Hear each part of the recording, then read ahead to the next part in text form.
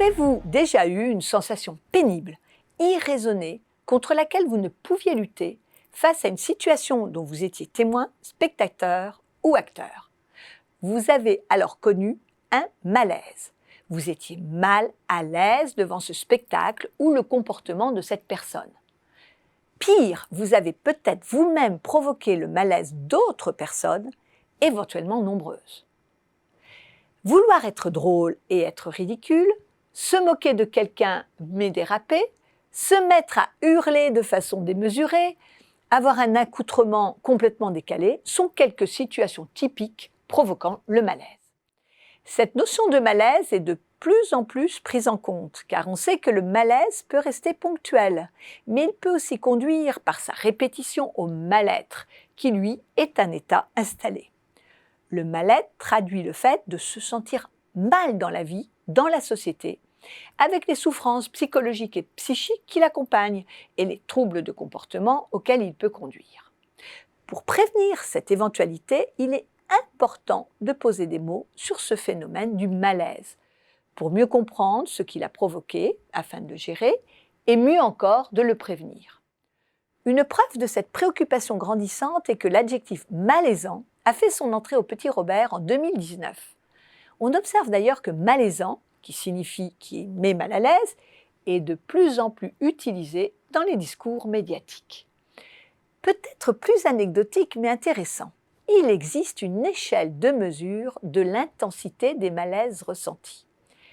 Elle porte un nom curieux, l'échelle du carrefour de Villejuif.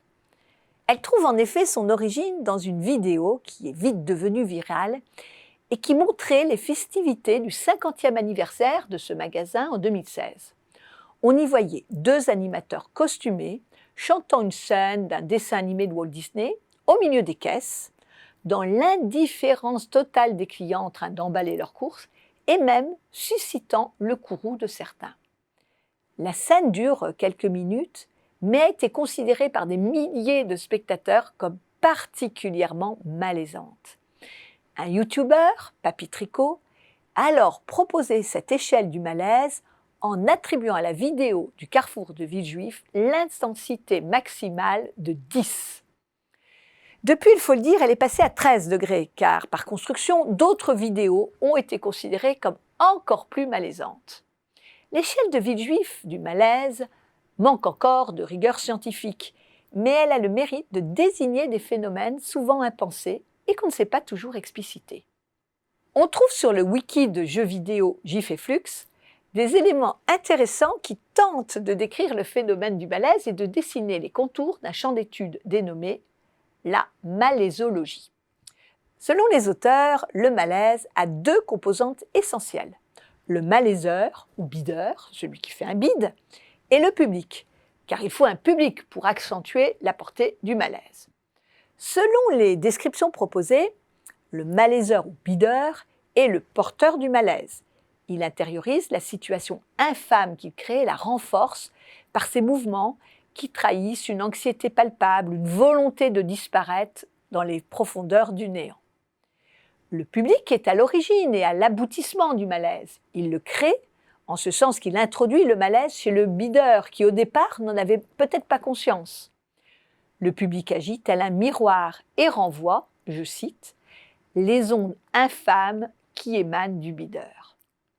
Sans possibilité de déporter l'origine du malaise sur un tiers, et donc de donner le sentiment de contrôler la situation, le malaiseur ou bideur offre alors l'image d'un homme, d'une femme, désabusé, détruit, réclamant une mort courte et indolore. La dernière étape est la propagation du malaise dans le public.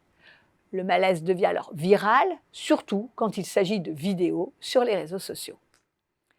Devant les attentes et le vide qui naît devant un malaise individuel ou collégial, il semble important de penser ce champ d'étude de la malaisologie de façon plus scientifique. On pourrait y voir un domaine d'étude par essence transdisciplinaire. La psychologie, la médecine, la sociologie, la biologie sont à minima les disciplines convoquées pour comprendre le phénomène. Les perspectives sont nombreuses car le malaise est une sensation à prendre très au sérieux.